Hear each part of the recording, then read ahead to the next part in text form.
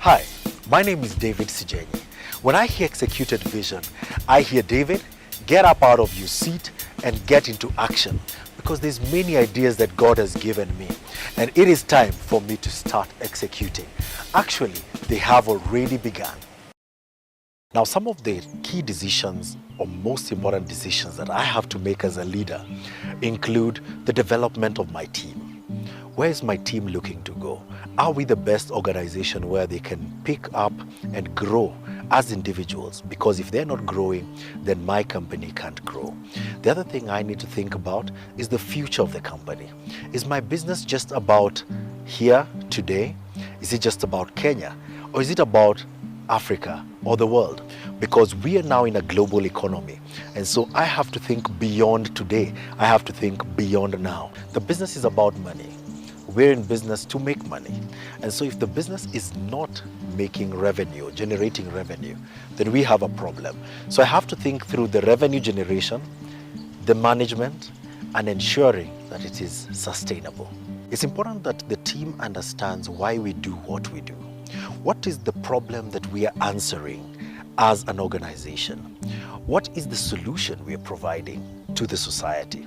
The moment the team understands that, I then break it down to how each one's role plays into the bigger picture. The Bible says in Habakkuk, write down the vision and make it clear.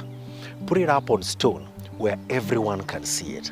And that's part of the purpose, part of the way I actually do my vision casting, that it needs to be written down. It needs to be clear. It needs to be placed in a place where everyone can see it. Remember the security guy in NASA who says we take people to the moon. That is the vision I have for my team. That wherever you ask any member of my team, whether they're at reception, in customer service, in accounts, they know that we connect people back home. And so it's about understanding, where are you, what role do you play, and how does everyone else in that space play into the bigger picture. Every leader wants for the team to work, but sometimes the decisions you have to make may not work for everyone, and you need to be ready to make decisions that are unpopular. I had to make a decision or to let people go sometime because we could not afford to keep them because of how the business was doing. That was a difficult decision even for me. It was an unpopular decision even for people that were in sister companies. But hey, it had to be done, and it had to be done then. Sometimes a leader will make decisions not because he likes them, not because they make him feel good about himself, not even because he wants them, but because they need to be made for the business to go forward. One of the times that I failed as a leader is when I was too afraid to stand up for my team. My team needed me to defend them, to support them, and I really did nothing about it. Of course, later on when I thought about it, I realized, hey, I could have sorted that out. Now I realized about it later, but the injustice had been done. I feel I failed in that capacity. But hey, you learn from your failures. As a vision champion and CEO, it's important to note that I'm not only employed at my current place of work. I have a life beyond that. I have a family.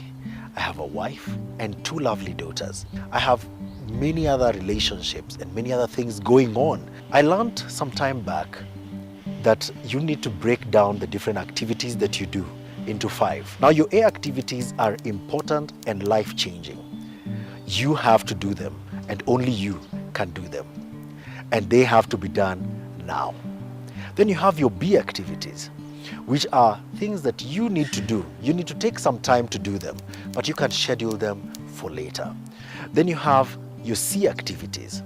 Now, C activities are things that ideally may not be that important, but if you can make time to do them, then you should do them. Then we have the D activities, and these are the things you need to delegate.